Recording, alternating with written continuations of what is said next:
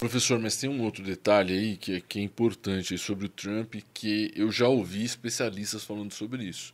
Que se fosse o Trump, no dia 8 de janeiro, quando eles invadiram Brasília, quebraram tudo, o Trump apoiaria Com certeza. aquele pessoal que estava lá. É verdade. Essa pode ser uma ameaça para o Brasil, o fato do Trump ser mais.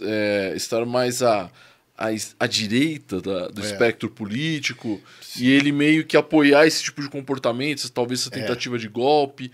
É isso ou não é? Tanto é que ele libertou os condenados lá, aquela gente horrorosa. Os caras foram tudo libertos mesmo. Criminosos, horrorosos, mataram gente, estão livres com a dele. Então, isso vai pesar nas costas do Trump.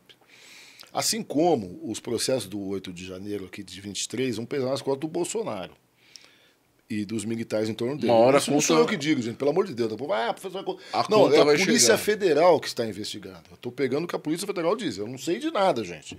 O que eu sei do Twitter, que a gente viu no Twitter que estavam armando aquilo. Sim. Enfim.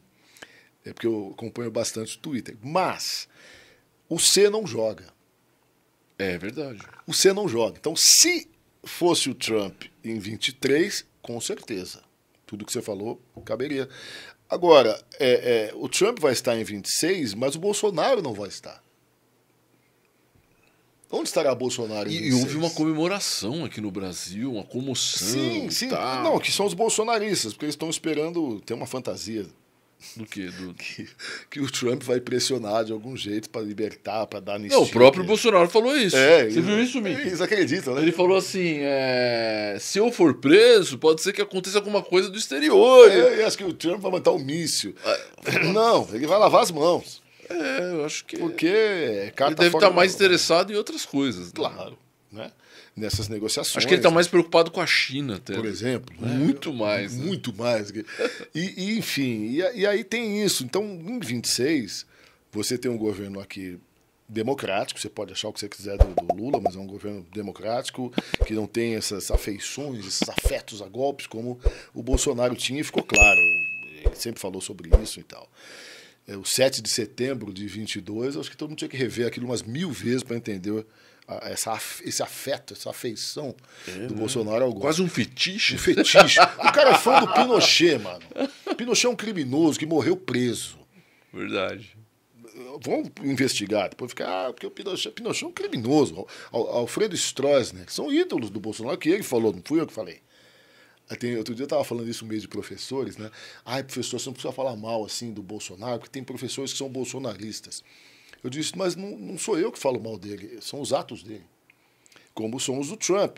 Você anistiar criminoso... Mas tem uma galera que gosta, hein, professor? Pois é, quem ama o feio, bonito lhe parece. Mas que é feio, é feio. Tem milhões aí. Que é feio, é feio. Agora, não exageremos, percebe? Então a gente não vai ter um governo golpista aqui. O setor militar está, desde a época do Bolsonaro, está rachado com isso. Eu trabalho com muitos militares, eu acompanho essa discussão dentro do que, obviamente, eles não vão falar tudo para mim, porque eu não sou militar, mas dentro do que é possível sente dizer, que tem uma... Em 22 era o seguinte, estou eu, um capitão da FAB e um major da PM. Obviamente não vamos dizer nomes aqui. Era 22. Que é novembro, era eleições. Estava entre o primeiro e o segundo turno. E aquele clima de que o Bolsonaro, se eu perder... Ele estava ameaçando o golpe. Os caras olharam para mim e falaram, professor, o senhor que dá aula de sociologia, geografia e tal, o que o senhor acha?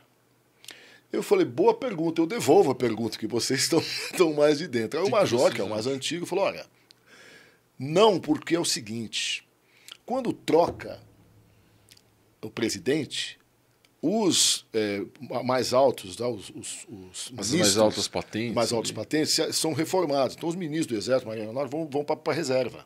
E o que está atrás sobe. E vai ter uma subida geral de generais e todos, né? Então os que estão atrás estão querendo isso, que troque de governo para eles subirem. Aí tem o golpe e o cara não vai subir. Se tiver golpe, ele não sobe. Na sua vez não vai chegar. E ele falou isso falando de uma questão de regra, de norma militar. Hierarquia, né? Hierarquia, mas ao mesmo tempo estava contido ali, porque aí o rapaz da FAB falou, o cara da FAB que ele trouxe, ele trocou, tinha trocado o comandante, porque o anterior não gostava dele, o brigadeiro anterior. E ele trocou com essa intenção. O cara da FAB que me falou. Que o novo brigadeiro tinha sido chamado para poder ajudar caso fizesse aquilo lá. E aí o cara também não estava muito fechado com o Bolsonaro naquele momento. Estou falando de novembro de 2022.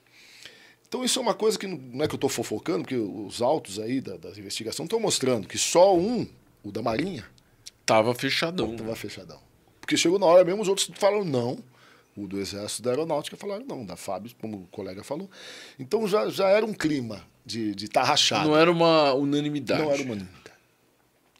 E agora, será que vai ter uma unanimidade de dar golpe em 2026? Não, sabe por quê? A gente comentava antes.